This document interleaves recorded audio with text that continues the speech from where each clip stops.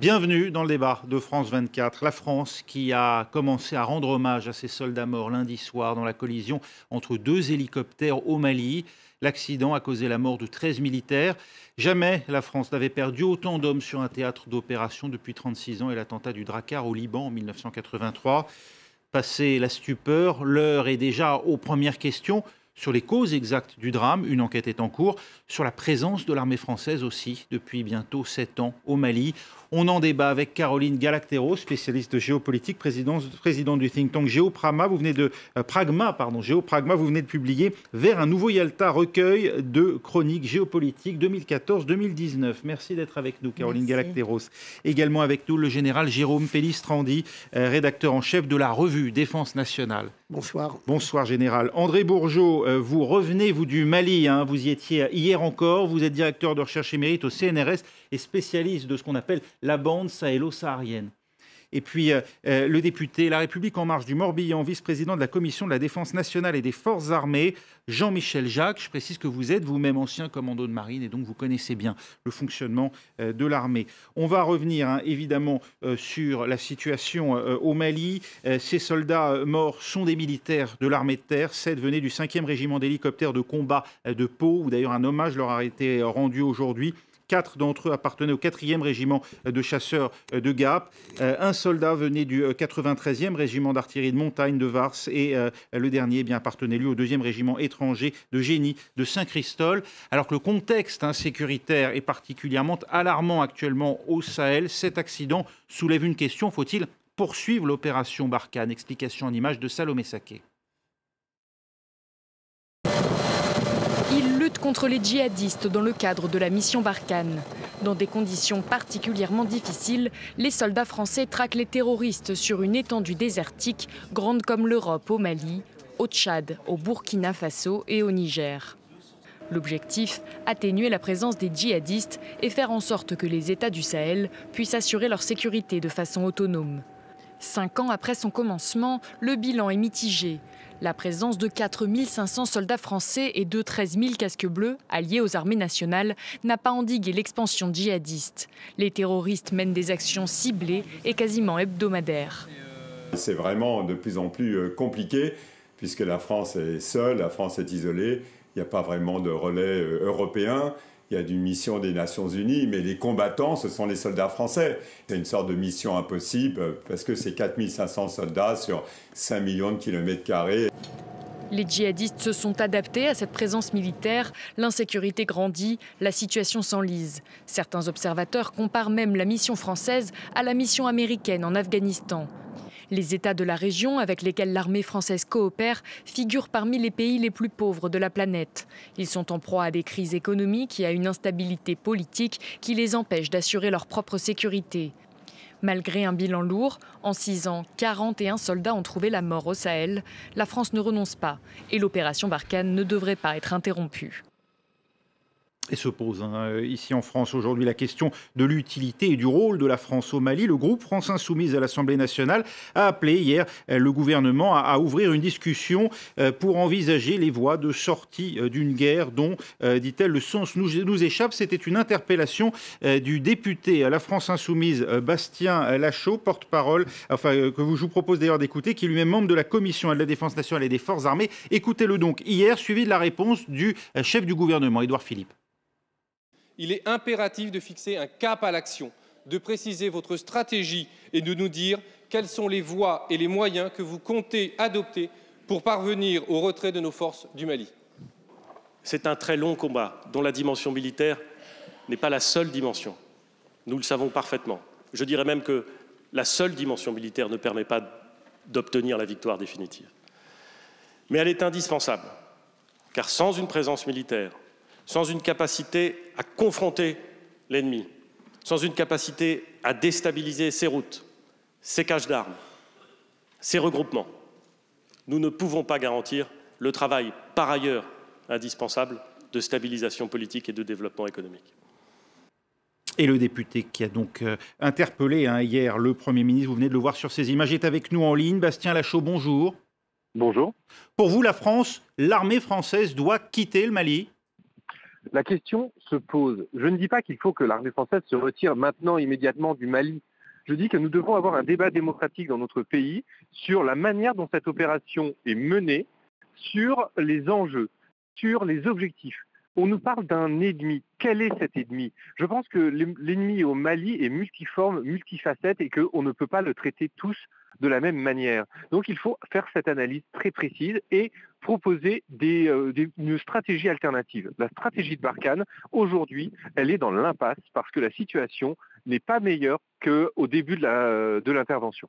Depuis 2013, Bastien Lachaud, et la décision de François Hollande d'intervenir au Mali, déjà à l'époque, Jean-Luc Mélenchon, le président de la France insoumise, s'opposait à l'intervention française sur place, malgré les menaces qui pesaient à l'époque de la part de groupes djihadistes sur Kidal, sur Tombouctou. Poser la question de votre part aujourd'hui, n'est-ce pas déjà y répondre? C'est-à-dire? Vous appelez à un grand débat national, mais en gros, on le sait, Jean-Luc Mélenchon, depuis le début, est opposé à cette intervention. Oui, mais aujourd'hui, on y est. Donc, qu'est-ce qu'on fait? On continue la même stratégie qui ne fonctionne pas, ou on se pose la question de trouver une meilleure stratégie. Aujourd'hui, il n'y a plus d'État malien, il n'y a plus de services publics dans le nord du Mali, et les services publics dans le reste du pays sont à l'abandon. Nous n'était pas intervenu en 2013, y aurait-il aujourd'hui des services publics au Mali et dans le nord du Mali? Mais écoutez, ce n'est pas la question. La question, nous sommes intervenus. Voilà. Nous avons arrêté la colonne. Pour cela, il suffisait de 2 rafales. C'est ce qui a été fait. Après, nous avons décidé de rester. Et cela, ça n'a jamais été soumis au vote des parlementaires. Voilà la situation. Et ensuite, moi je vous le dis, si on n'aide pas à reconstruire le Mali qui a été détruit par les politiques du FMI dans les années 80-90, oui. Si on n'aide pas à reconstruire ces services publics, eh bien, ce sont d'autres qui le feront. Aujourd'hui, l'Arabie Saoudite finance des centres de santé, finance des écoles coraniques et elle gagne en influence dans le Mali. C'est ça que nous voulons. Bastien Lachaud, les mêmes qui reprochent à la France d'avoir garanti une zone d'exclusion aérienne, par exemple en Libye, et de n'être pas resté par la suite, lui reprochent aujourd'hui d'y rester précisément et finalement de ne pas permettre à ce pays, comme vous le dites, de se développer. Alors, quelle est la réalité? Est-ce que la France est coupable lorsqu'elle intervient ou coupable lorsqu'elle reste? Je ne comprends pas votre question, excusez-moi. Vous reprochez à la France aujourd'hui d'être restée au Mali après 2013, c'est bien cela? Écoutez, je ne vois pas l'intérêt aujourd'hui de reparler de 2013. Comprendre. Oui, mais... Non. Ce qui est important aujourd'hui, c'est comment on fait en sorte que la situation au Mali soit stabilisée et comment on fait en sorte que nos armées françaises, qui n'ont pas vocation à passer leur vie au Mali, puissent rentrer. Donc, comment on stabilise la situation? Voilà la question. Aujourd'hui, on ne stabilise pas la situation uniquement avec Barkhane et uniquement avec la faible aide au développement qui est concentrée sur les zones que Barkhane a sécurisées. Il y a tout le reste du Mali qui aujourd'hui est en train de devenir des cibles et qui est en train de voir l'activité des groupes armés s'étendre. On parle du Mali, mais on peut parler aussi du Burkina Faso et du Niger. Et aujourd'hui, dans ces zones-là, rien n'est fait pour empêcher que prendre un Kalachnikov et aller se vendre aux groupes armés rapporte plus que simplement travailler sa terre ou travailler pour sa famille. Voilà la question. Comment faisons-nous aujourd'hui pour enrayer ce développement? Ce n'est pas en ressassant 2013, c'est aujourd'hui en ayant un débat géostratégique, en faisant le bilan de Barkhane et en ne refusant pas ce débat. La France doit-elle bénéficier du concours des autres pays européens, de ses partenaires? Écoutez, aujourd'hui, le gouvernement français passe d'une solution militaire à une autre. C'était Barkhane, puis après ça a été avec Barkhane plus le G5 Sahel. Le G5 Sahel, cette alliance de 5 pays de la région, aujourd'hui ça ne fonctionne pas parce que les armées ne sont pas au niveau. Et maintenant qu'on constate l'échec du G5 Sahel, on demande des forces spéciales aux pays de l'Union européenne. Vous voyez, on va d'une opération militaire à une autre sans se poser la question globale. Et aujourd'hui, quelles sont les armées françaises qui ont répondu présent pour envoyer des forces spéciales? L'Estonie, la République tchèque, la Belgique. Est-ce que clairement, aujourd'hui, les forces spéciales estoniennes sont formées pour intervenir au Sahel? Non, il va falloir avoir des mois de formation pour leur permettre d'agir sur ces théâtres d'opération, parce qu'une armée, c'est comme ça a besoin de connaître le terrain avant de pouvoir agir dessus. Donc ce n'est absolument pas une solution immédiate, c'est une solution qui va demander des moyens, mais encore une fois, c'est prendre le problème par le biais uniquement militaire. Merci Bastien Lachaud d'avoir répondu à nos questions. Merci à vous. Général Pellistrandi, est-ce qu'aujourd'hui, il n'y a pas un problème, comme semble l'expliquer à l'instant Bastien Lachaud, de définition, d'objectif de cette mission Barkhane? Quand pourra-t-on dire d'une certaine manière que la mission est accomplie pour la France? Comme l'a rappelé hier le Premier ministre devant la représentation parlementaire, la solution, elle est d'abord d'ordre politique. Mais pour qu'il y ait cette construction politique, il faut également qu'il y ait un environnement de sécurité. Et cet environnement de sécurité passe par cet engagement militaire. Et effectivement, le député Lachaud n'a pas tort. Mais aujourd'hui, il faut également pouvoir assurer cette sécurité, qui est extrêmement difficile, dans un environnement extrêmement complexe, en partenariat d'abord avec les Maliens et puis les pays de la région. Et là, la tâche est extrêmement difficile. Il faut faire preuve donc de patience stratégique, en étant conscient, effectivement, que l'aspect militaire est important, mais il n'est pas le seul pour résoudre cette crise. Et comme l'a rappelé le chef d'état-major des armées, l'objectif n'est pas d'avoir une victoire militaire, mais c'est d'arriver à reconstruire quelque chose. Et cela prendra beaucoup de temps. Caroline Galacteros, vous êtes d'accord sur le fait qu'on n'a pas suffisamment défini dès le début les buts de cette mission, ou au contraire, la présence française était indispensable, c'est l'urgence qui a prévalu et c'est normal? Oui. Moi, je suis d'accord avec le Premier ministre. Il y avait une urgence. On a fait avec l'opération Serval quelque chose de très utile. Il ne faut pas oublier que le Sahel, c'est en dessous du Maghreb. Voilà. Donc, il y a des enjeux migratoires et sécuritaires considérables à la stabilisation ou au moins au containment du djihadisme sous ses multiples formes qui se développent dans la zone, dans la bande sahélo-saharienne. Maintenant, moi, je crois que nous souffrons plus généralement, au-delà du Sahel lui-même, nous souffrons d'un problème de remise en cohérence de toute notre politique, non pas militaire, d'intervention militaire, parce que les militaires ne font que ce qu'ils peuvent à la fin. Et effectivement, 4500 hommes sur un territoire grand comme l'Union européenne, en soi, c'est impossible par construction. Mais nous souffrons d'une incohérence et d'une sorte de schizophrénie entre des opérations comme Barkhane, par exemple, au Sahel, pour contenir des groupes islamistes qui se reforment sans cesse, qui se renforcent. Et ils se renforcent de quoi aujourd'hui? Ils se renforcent de ce que nous avons laissé faire en Syrie, en Irak, en Libye et ailleurs. Il ne faut pas oublier qu'aujourd'hui, il y a plusieurs, entre 6 et à peu près 30 000 djihadistes qui sont en train de partir d'Irak et de Syrie et de se déplacer vers le Sahel, de se déplacer vers l'Afrique. Il y a ensuite des considérations... Et ça, nous l'avons laissé faire? C'est-à-dire que nous avons favorisé la déstabilisation, je suis désolée de le dire, et je sais bien que ça n'est pas politiquement correct, mais enfin, tant qu'on ne reviendra pas sur certaines de nos erreurs, je crains qu'on ne soit dans des impasses et dans des... Voilà, c'est un peu écopé à la petite cuillère, si vous voulez.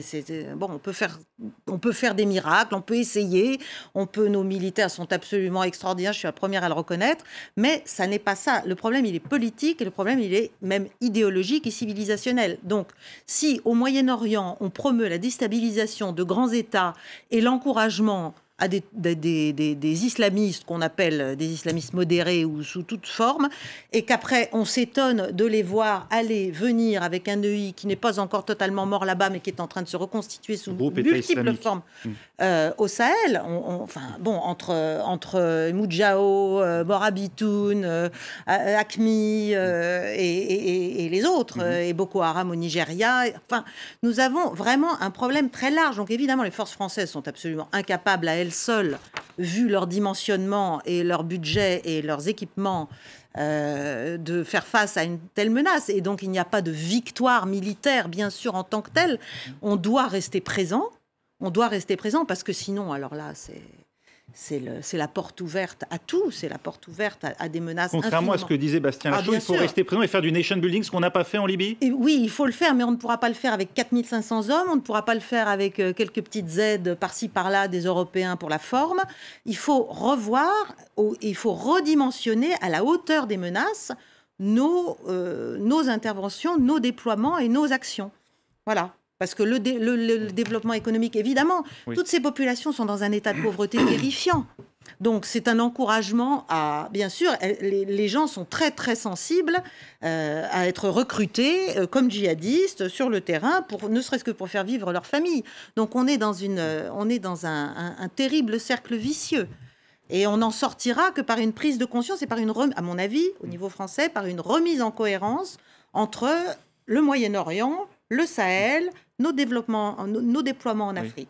André Bourgeaud, vous qui en revenez, vous voyez au Mali les effets de la politique ou parfois de l'absence, comme semble le dire Caroline Galacteros, de la France dans d'autres régions du monde qui auraient contribué à déstabiliser et à la fois alimenter d'une certaine manière le Mali en combattant mais aussi en armes?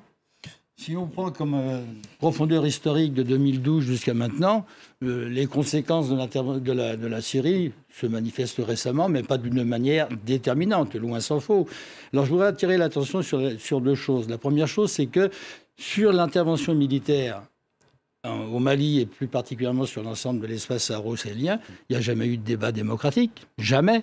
Ni à l'Assemblée nationale ici, ni dans les assemblées nationales des pays concernés. Donc ça pose quand même problème. Sur le Mali, il y a eu un débat d'information début 2018. Les parlementaires ont été informés de l'avancée de la mission. L'information, ça ne veut pas dire nécessairement débat contradictoire, c'est ce que je veux dire. Ensuite, la situation actuelle n'a rien à voir avec celle qui prévalait en 2013. Donc il me paraît tout à fait pertinent de dresser un bilan des opérations militaires françaises, de l'ONU et aussi, bien sûr, des armées nationales et plus particulièrement de l'armée malienne.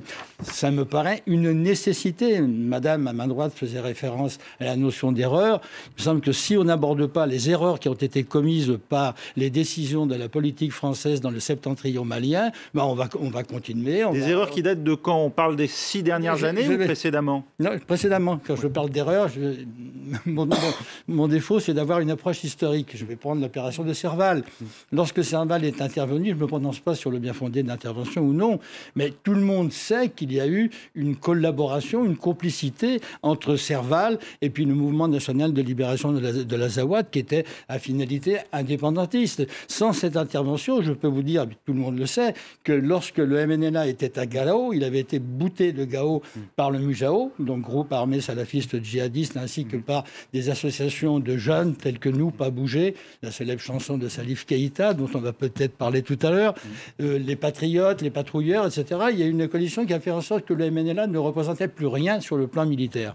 Il avait été obligé de se réfugier à El Ralil. El Ralil, vous voyez, c'est à l'extrémité nord du Mali, à la frontière algérienne. Que fait Serval sur la base de décisions politiques, je suppose?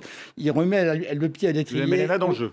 Du MNLA, et il l'introduit à Kidal. Ça veut dire que la situation actuelle, que vous le vouliez ou non, Kidal et par-delà Kidal sur l'ensemble du territoire malien, résulte de cette Et l'accord d'Alger aussi, c'est la même logique. C'est exactement la même logique. Si je peux continuer là-dessus, bien simplement quand même pour insister sur le fait que si on ne se colte pas aux erreurs qui ont été commises et qui se sont reproduites, il faut reposer le problème de la stratégie de Serval. Est-ce que la stratégie de Serval est adaptée aux conditions politiques, sécuritaires et militaire local? Et Jean-Michel Jacques aura la parole dans un instant. C'est déjà l'heure d'une courte pause et la fin de cette première partie du débat. On prendra avec vous dans un instant, monsieur le député. Restez avec nous.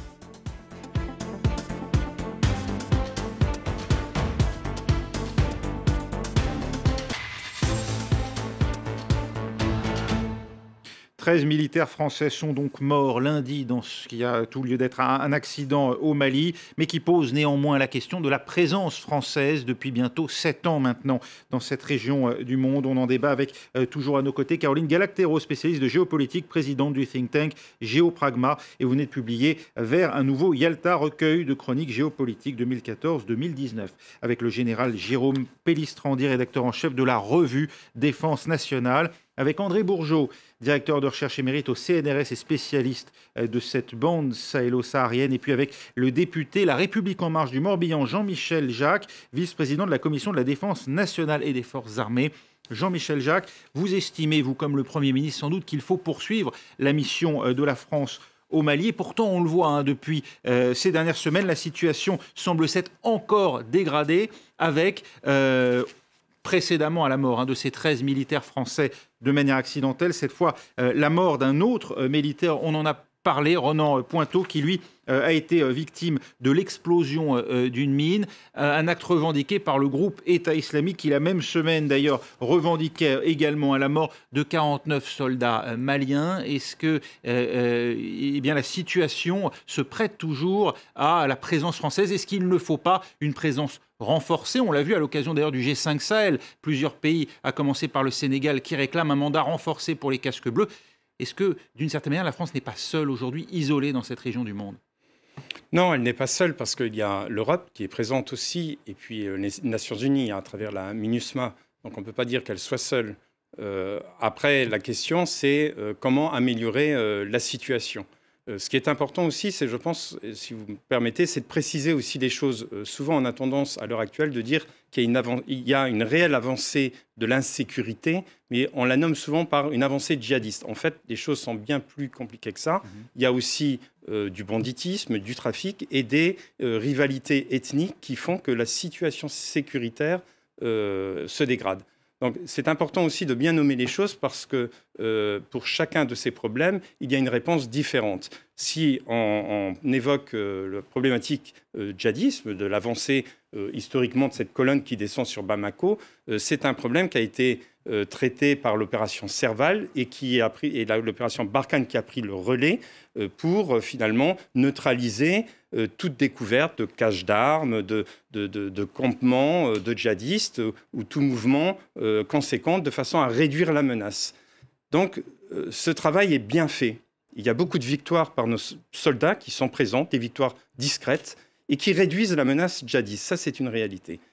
Mais à côté de ça, il y a de l'insécurité. L'insécurité qui vient aussi de rivalités qui se sont installées entre différentes ethnies et puis du trafic qui s'est installé. Et cette menace-là, cette instabilisation, la réponse ne doit pas être la force Barkhane, mais doit être les États en eux-mêmes qui doivent mettre en place des forces de sécurité intérieure, car c'est des problèmes aussi d'insécurité qui dépendent du gendarme, du juge, de la gouvernance. Et là, il y a effectivement une défaillance qu'il va falloir traiter. Avec quels moyens vous faites confiance à ces États pour parvenir justement à terme à mettre en place une police, à mettre en place une administration? On parle parfois d'États faillis. N'était-ce pas justement le rôle de la France aussi d'assurer la formation, ne serait-ce que des forces armées maliennes? Alors, ce n'est pas le rôle uniquement de la France, c'est le rôle de la communauté internationale, donc l'ONU, la MINUSMA, ou l'Europe, à travers UETM ou UECAP, c'est-à-dire des formations pour la défense ou pour la sécurité. C'est d'ailleurs l'une des raisons de l'investissement de l'Allemagne au sein de la MINUSMA, mais en fait-elle assez l'Allemagne, justement? Exactement. Donc, la problématique, c'est que toutes ces forces internationales qui travaillent ont en face d'eux, finalement, une armée qui est désorganisée. En gros, il y a une confusion déjà dans l'armée malienne entre les services de sécurité intérieure, les gendarmes si vous préférez, et les armées. Une fois qu'ils sont sur le terrain, le commandement est unique. Ce qui fait que le général qui manque de troupes, il prend ses gendarmes pour les envoyer finalement sur des opérations qui sont militaires. Et comment voulez-vous que dans l'esprit des Maliens, il y ait quelque chose de clair? Donc il faut restructurer les organisations. C'est le rôle de ce partenariat pour la sécurité et la stabilité au Sahel, justement, qui a été annoncé à l'occasion de ce forum de Dakar. Exactement. Et c'est donc, si on doit avoir de l'espoir, et il nous en faut, ainsi que de la confiance. Vous parlez de la confiance avec nos partenaires africains, mais nous devons avoir confiance en eux, parce que sans quoi nous n'arriverons jamais à construire. Mais la confiance n'exclut pas la vérification et puis la notion de redevabilité, c'est-à-dire qu'on les aide, mais par rapport à ça, il doit y avoir des échéances nommées dans le temps et des résultats aussi. Et donc, il faut jouer sur ça, parce que là, je pense qu'il y a véritablement un manque d'investissement parfois. J'étais la semaine dernière à Gao, et donc sur le territoire, j'ai bien pu avoir l'occasion de rencontrer des gouverneurs de régions. Il y a certains endroits, il n'y a même plus de préfet, parce qu'ils considèrent qu'il y a de l'insécurité, ils n'y vont plus, mais pour autant, ils ne mettent pas de gendarmes déployés sous une forme ou une autre pour assurer la présence de l'État d'une forme et d'autre. Et il ne peut pas y avoir de développement s'il n'y a pas de présence étatique d'interlocuteurs nommés et qui sont reconnus par l'ensemble de la population. Donc la force Barkhane fait très bien son travail. Il faut rendre hommage à nos soldats qui ont des résultats face aux djihadistes, mais il ne faut pas confondre l'insécurité globale qui est liée aux brigands, aux conflits interethniques et le djihadisme. Un cas peut-être emblématique, cette attaque d'Indelimane, c'était tout récemment, le 1er novembre dernier, un assaut revendiqué donc, par le groupe État islamique dans le Grand Sahara contre une garnison malienne près de la frontière avec le Niger, qui avait fait 49 morts. Une centaine de terroristes étaient alors arrivés à moto avant de se volatiliser. C'est imparable, André Bourgeaud. C'est l'exemple type finalement du fait que aujourd'hui, l'armée malienne seule ne peut pas faire face, que la présence française est indispensable? Ça me paraît évident que les FAMA, les forces armées maliennes, ne peuvent pas résoudre ce type de problème qui existe quand même depuis plusieurs années. Vous faites référence à trois aspects, c'est-à-dire les salafistes djihadistes, la criminalité organisée et plus les conflits interethniques. Alors sur votre référence aux conflits interethniques, je ne peux que ne pas être d'accord avec vous. Ce n'est pas du tout des conflits interethniques, c'est des conflits intercommunautaires extrêmement localisé. Donc le discours globalisateur qui consiste à parler de conflits interethniques est extrêmement dangereux sur le plan idéologique. Je dis bien extrêmement dangereux sur le plan idéologique. Alors s'il vous plaît, ne parlez plus de conflits interethniques. Attendez. Non mais pardonnez-moi parce qu'on est peut-être nombreux à faire cette erreur d'interprétation. Oui, c'est la raison pour laquelle je dis on peut pas... On n'est pas tous spécialistes. Non, mais c'est pas... Je vous remercie de votre conseil. C'est pas un problème de spécialiste. Lorsqu'on voit ces attaques perpétrées soit par des chasseurs d'ozo, soit par des peuls à l'encontre de l'autre groupe, justement, on a tendance effectivement à y calquer une grille de lecture ethnique. Vous dites qu'elle est économique avant tout, cette grille. Enfin, c'est une explication qui est liée à l'accès à la terre. Pas exclusivement économique, mais c'est une dimension quand même importante. Et puis par ailleurs, vous faites référence au dozo. N'importe qui peut se procurer un uniforme d'ozo, et puis on le considère comme dozo. Il y a eu tellement d'exemples. Il ne s'agit pas forcément de Dogon, par exemple. Absolument. Donc, et puis en plus de ça, l'amalgame qui est fait entre dozo et dogon. La presse, excusez-moi, a présenté les dozos comme étant une dominante dogon. Oui. Donc l'amalgame qui est fait entre ethnie et puis... C'est faux. C'est faux, bien sûr que c'est faux. Vous avez des peuls, ce sont des chasseurs, c'est une confrérie de chasseurs, et pour y adhérer, il faut passer par des rituels extrêmement stricts. Dans ces circonstances-là, vous avez fait référence à la criminalité organisée qui existe. N'importe qui peut s'introduire et dire, voilà, on a eu des exemples, c'était les dozos, des dozos qui parlaient anglais. C'est quand même un peu surprenant. Donc, vous voyez, il faut être extrêmement vigilant. Oui, il y a des leurres qui sont intentionnellement entretenus par des groupes en tout cas, terroristes ou en tout cas, je pense qu'il y a des forces politiques, identitaires et économiques qui n'ont pas intérêt au retour à la paix. Vous avez fait référence à la criminalité organisée. Le problème de la drogue existe au Mali déjà depuis plus de 10 ans. Il n'a jamais été résolu. Tout le septentrion malien était une zone de non-droit où l'État brillait par son absence. Dans le Massina, le Mali central, c'est exactement la même chose, zone de non-droit. Donc c'est vrai que l'État est défaillant, que c'est des zones de non-droit avec création de milices et de groupes d'autodéfense qui, à un moment donné, prennent leur propre autonomie. Pardon ? Ça s'ajoute l'attrait des mines d'or. Ça, c'est un phénomène plus récent. Plus récent, oui, mais c'était bien avant. Vous faisiez référence. Il y a une compétition entre ces groupes terroristes qui sont en fait des groupes criminels pour l'accès à l'or. Et vous savez, les interactions, la force des groupes armés salafistes djihadistes, c'est qu'ils sont ouverts un peu à tout. Donc il suffit, c'est ça leur flexibilité. C'est-à-dire que n'importe qui peut s'intégrer là-dedans et puis ensuite on globalise, on dit djihadiste. Les études pointues qu'il faut faire pour essayer de distinguer tout ça. Donc globalement, le discours, c'est toujours des discours globaux qui font des amalgames et qui fait en sorte que ces amalgames entretiennent aussi des conflits, voire même les provoquent. Donc vous faisiez référence tout à l'heure aux Dogons et aux Peuls. C'est vrai qu'il y a deux rationalités économiques différentes, puisque les Dogons sont des agriculteurs, donc il y a un foncier agricole qui existe. Chez les pasteurs nomades Peuls, il n'y a pas de foncier pastoral. Donc vous voyez, c'est un gros problème.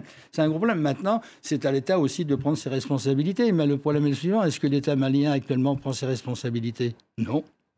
On va évoquer le rôle de l'État malien. Caroline Galacteros, le Mali est un des rares exemples, en tout cas cette région du Sahel, un des rares exemples dans lesquels un groupe qui a prêté allégeance au groupe État islamique, qui est reconnu comme l'une des branches du groupe État islamique, le groupe État islamique au Grand Sahara, semble finalement trouver souvent des terrains communs avec des groupes issus d'Al-Qaïda. C'est dire qu'il y a une porosité totale entre ces mouvements, ce qui n'est pas forcément ce qu'on peut observer ailleurs, notamment comme on a pu le voir en Syrie, où là, ces groupes s'affrontaient parfois très durement sur le terrain. Oui, mais ils s'affrontent parce qu'ils sont rivaux. Ils sont en compétition pour le soutien étranger, pour l'argent, pour les ressources, pour les responsabilités, pour tout un tas de choses. Donc, il ne faut pas, à mon avis, se tromper quand on observe les innombrables et permanentes scissions des uns des autres, les allégeances croisées, recroisées dans tous les sens. Certes, mais ça, ce sont des rivalités souvent extrêmement prosaïques, c'est-à-dire qui est celui qui paye le plus, quel est le pays qui va nous donner l'argent et les armes qui nous manquent, qui va nous permettre de toucher à certaines ressources, etc. Mais ça n'enlève rien. Alors moi, je ne suis pas pour la globalisation des choses, mais je pense tout de même qu'il ne faut pas non plus qu'on se noie dans une prétention qui serait de pouvoir expliquer par le menu les tenants et les aboutissants des conflits du Mali ou de n'importe quel autre pays. D'ailleurs, nous sommes dans ce pays parce qu'il faut repartir de nos intérêts à nous sécuritaires et de défense et de protection de notre territoire, de nos populations, de nos intérêts et éventuellement de nos valeurs qui ne sont pas antagonistes, c'est de savoir pourquoi nous devons nous mettre là dans cette zone. Moi, je considère qu'on a eu raison de le faire, qu'on doit continuer à rester là, qu'on doit essayer de former ou d'aider l'État malien à retrouver une forme de viabilité. Et effectivement, on en est très loin, tout s'est dégradé depuis des années, mais on ne va pas tout résoudre à leur place. Donc il faut repartir de nous.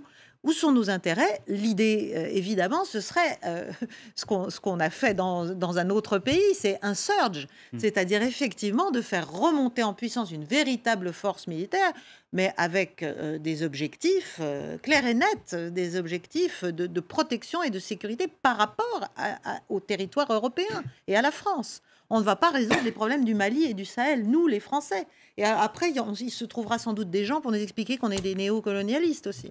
On ne peut pas pas tout avoir et son contraire. C'est effectivement le choc des images. En 2013, François Hollande prenait donc la décision d'envoyer des forces militaires françaises au Mali. L'opération s'appelait à l'époque Serval, elle est devenue depuis Barkhane. Il avait lui-même, le chef de l'État de l'époque, fait part de son émotion lorsque, un mois plus tard, il s'était rendu accueilli en libérateur d'abord à Tombouctou et puis à Bamako, en sauveur de ce pays. Il l'avait dit, c'était à l'époque le plus beau jour de sa vie politique. La France accueillie effectivement sous les vivas. Aujourd'hui, voilà ce que disent un certain nombre de Maliens interrogés par nos correspondants à Bamako. Écoutez.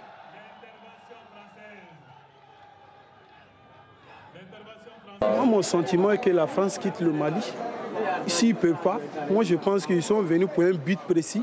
S'ils n'ont pas atteint ce but, moi je pense qu'ils doivent quitter le Mali et puis laisser la place à une autre personne, par exemple la Russie. Depuis 2013 et l'intervention de Serval, les militaires français sont chez nous au Mali, mais nous, on ne veut pas qu'ils restent ici. Là où ils disent qu'il y a 50 morts dans un endroit, tu vas en retrouver 500. Donc ils ne disent pas la vérité sur le nombre de victimes civiles ou de militaires de l'armée malienne. Et ils ont des intérêts cachés. Leur présence nous gêne, ils doivent rentrer. Ils peuvent bien nous aider en nous donnant du matériel et des armes, mais ça s'arrête là. Nous avons confiance en nos soldats. Le porte-parole de l'état-major des armées, le colonel Frédéric Barbry, est avec nous en ligne. Bonjour. Colonel, lorsque vous entendez ces civils maliens évoquer leur volonté de voir la France partir, aujourd'hui s'interroger sur le rôle même de la France, que leur répondez-vous ? Oui, bonsoir monsieur, je vous remercie de me laisser place à l'antenne. Bon, tout d'abord, moi je tiens à préciser que la France, et pour le Mali, vient de payer un lourd tribut lundi, et je voulais m'incliner devant la mémoire de nos 13 camarades qui sont morts pour la France lors d'une opération de combat difficile.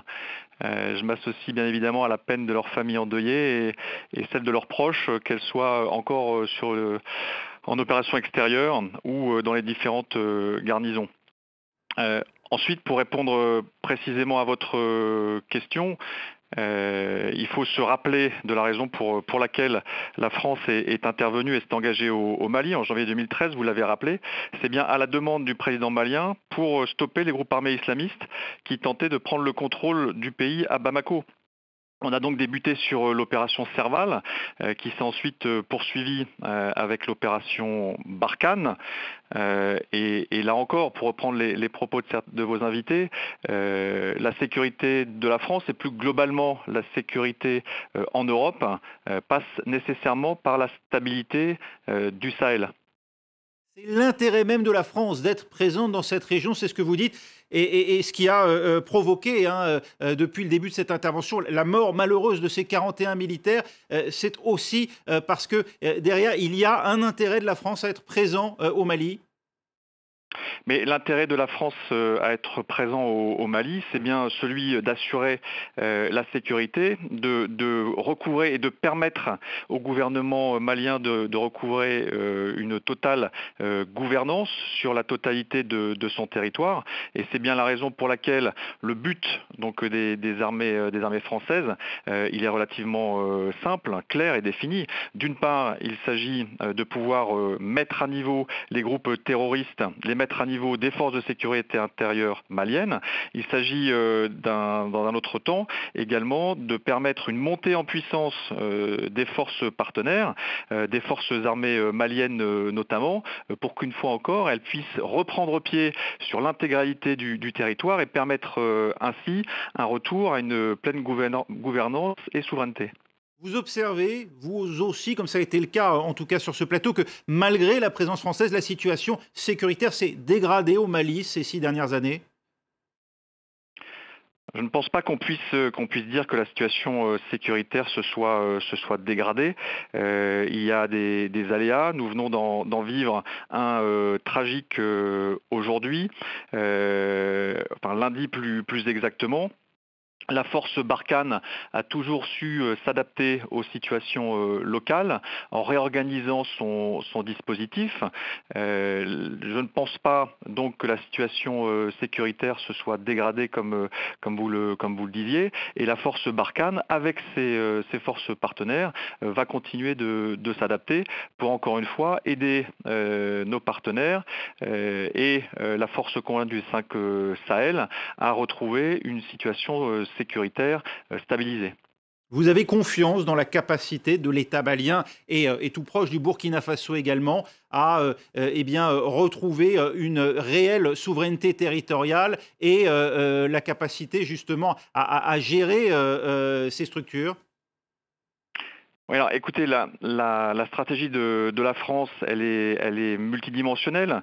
Nous œuvrons dans le cadre d'une stratégie globale qui allie à la fois la défense, bien évidemment, le développement, mais également la diplomatie. La force Barkhane, les forces partenaires sont un maillon certes essentiel d'un retour à justement cette pleine souveraineté, mais la force Barkhane ne pourra pas tout faire seule. Il faut une aide européenne notamment ? Alors il faut une aide européenne, je vous l'ai dit en début de propos, la sécurité de l'Europe, globalement, elle passe par la stabilité du Sahel. Pour autant, nous ne sommes pas seuls. Nous avons des partenaires européens qui agissent déjà conjointement avec nous. Je veux citer nos camarades britanniques avec des Chinook, des hélicoptères de transport lourd, des camarades estoniens qui ont payé également un tribut avec des blessés lors d'une attaque avec un véhicule piégé à Gao au mois de juillet. Nous avons nos camarades espagnols, nos camarades allemands qui nous aident dans la mobilité. Ça, c'est pour la force Barkhane, j'allais dire, étendue, mais nous avons également des partenaires alliés, américains. Et puis, nous avons des structures de l'ONU avec la mission multidimensionnelle des Nations Unies au Mali, et puis l'Union européenne avec les missions de formation. Donc, la force Barkhane et la France n'est pas seule en bande sahélo-saharienne. Merci, colonel Frédéric Barbry. Je rappelle que vous êtes porte-parole de l'état-major des armées. Général Pellistrandi, avec cet accident malheureux survenu en début de semaine, ces 13 morts français, ce n'est pas de nature sans doute à inciter davantage les Allemands, par exemple, qui rechignent déjà à contribuer à l'effort militaire, à s'investir davantage au Mali. Oui, mais comme Caroline Galacteros l'a souligné et comme le colonel l'a souligné, notre sécurité, la France, mais aussi de toute l'Europe, est engagée dans la région. Et donc, il y a un travail de pédagogie qui doit être fait. D'ailleurs, je rappelle que la semaine prochaine, il va y avoir le sommet de l'OTAN à Londres, les 3 et le 4. Alors certes, l'OTAN n'est pas engagée dans la zone, mais il y a nos partenaires européens. Et donc, il y a ce besoin de pédagogie pour faire comprendre qu'effectivement, les flux migratoires, quand on pleure sur les migrants qui échouent en Méditerranée, ils viennent d'où? Ils viennent de ces régions. C'est ça le risque davantage que de voir des terroristes franchir la Méditerranée? Ce sont ces menaces globales, c'est-à-dire c'est effectivement des fuites de population, des terroristes, une déstabilisation profonde de ces régions. Et c'est bien la raison pour laquelle il faut que nous parvenions à convaincre nos partenaires européens qu'il faut faire plus, et dans une approche effectivement globale, pas unique militaire, mais également dans le développement, et en prenant en compte toute cette complexité, comme vous l'avez souligné. C'est complexe. Ce sont des territoires extrêmement complexes, des populations extrêmement complexes. Et là, je voudrais quand même souligner que notre armée, qui est là-bas, certes depuis longtemps, mais elle a cette culture, toute cette complexité que les uns appelleront clanique, tribale, géographique, de cultures différentes entre des peuples nomades. Nous avons ça. La problématique, c'est qu'effectivement, comment le traduire en action militaire, mais aussi en action politique. C'est l'enjeu de demain. Caroline Galacteros, vous n'êtes pas d'accord, vous, clairement, sur le fait que la situation se serait stabilisée, voire améliorée dans cette région du monde, et sur la possibilité de la France de continuer à y contribuer positivement? Si, non, mais la France doit rester, doit contribuer, doit s'entendre avec ses alliés, doit créer. Mais le général Pélistrandi vient de le dire. Bon, il y a un sommet de l'OTAN, tout est lié. Vous attendez des choses de ce sommet, franchement? Non, mais rien du tout. Non, mais rien du tout. S'agissant du Mali et du Sahel. En revanche, nous avons un problème global, nous, les Européens, de prise de conscience du caractère spécifique et qui nous est absolument propre, qui ne concerne pas du tout les États-Unis et pas du tout des intérêts sécuritaires propres à l'Europe. La France en a conscience. Oui, la France en a conscience, mais le problème, c'est que comme, n'est-ce pas, il est entendu manifestement de toute éternité et pour toujours que l'OTAN est le pilier premier, naturel et central de la défense de l'Europe, on a un peu de mal à se concentrer et à reconfigurer une Europe de la défense adaptée à nos intérêts sécuritaires. Vous avez entendu un Malien interrogé par France 24 évoquer le rôle de la Russie qu'il appelle de ses voeux à s'investir davantage. Sur les trous et sur les incomplétudes de nos dispositifs, évidemment, d'autres puissances qui, elles, ont d'autres succès géopolitiques et stratégiques, notamment au Moyen-Orient, comme la Russie, qui désormais est d'ailleurs très présente dans certains pays africains. Je pense à la Centrafrique, c'est le premier pays qui me vient à l'esprit, mais il n'est pas seul. De remettre un pied en tout cas en Afrique. Oui, mais justement, donc ils sont en train de le faire, et ils sont en train de le faire aussi parce qu'on fait la preuve de notre incapacité, et elle est par construction, notre incapacité. On n'est pas assez nombreux, on n'est pas assez équipés, on n'est pas assez dotés. Il y a une multitude de problèmes. Ceci dit, je ne vois pas la Russie, encore une fois, et certains me le reprocheront comme forcément une adversaire, même en cette matière.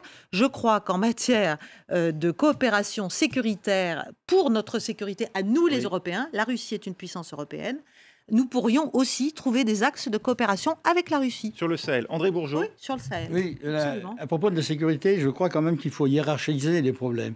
La sécurité première, je suis désolé, mais c'est sur l'ensemble de l'espace sahélo-sahélien, avant l'Europe, je dis bien avant l'Europe. Maintenant, si les interventions des armées européennes viennent pour se protéger, je veux dire, il y a quelque chose quand même qui cloche. Donc c'est ça la priorité première. Ensuite, je voudrais quand même vous donner un exemple très concret sur la responsabilité de la communauté internationale. Vous avez le cas de Kidal, qui est sous le contrôle de la coordination des mouvements de l'Azawad, signataire des accords d'Alger. Toute cette région-là est une enclave, est un statut particulier. Jusqu'à présent, l'administration civile et militaire malienne n'a pas accès. Vous avez des premiers ministres qui se sont rendus là-bas. Ils se sont rendus là-bas sous les conditionnalités imposées par ces... Comment voulez-vous que ce pays fonctionne ? Et j'en termine là-dessus, la communauté internationale ne dit rien, le médiateur algérien ne dit rien, et puis les autorités politiques et militaires maliennes ne disent rien. Vous vous rendez compte de la situation? Donc ça encourage effectivement à ne pas respecter les accords, et ça encourage de surcroît à prendre les armes pour se faire respecter. Le mot de la fin, Jean-Michel, très brièvement. Très brièvement, moi, je voudrais souligner quand même l'initiative qui a été portée par le président de la République, qui a amené un certain nombre de pays européens à s'allier pour faire un Sigistotov, c'est un groupe de forces spéciales qui seront réunis et qui pourront avoir des actions de neutralisation de groupes djihadistes. Donc quand on parle de l'Europe qui n'existe pas, mais il y a tout de même un début à l'image de l'initiative européenne d'intervention de pays qui se regroupent pour avoir une action efficace sur les djihadistes au Mali. Merci, vous n'êtes pas convaincu, André Bourgeot en tout cas. Jean-Michel Jacques, merci à vous, merci André Bourgeot, merci à Caroline Gallectaros et au général Jérôme Pellistrandi. Restez avec nous à suivre un nouveau journal sur France 24 dans un instant.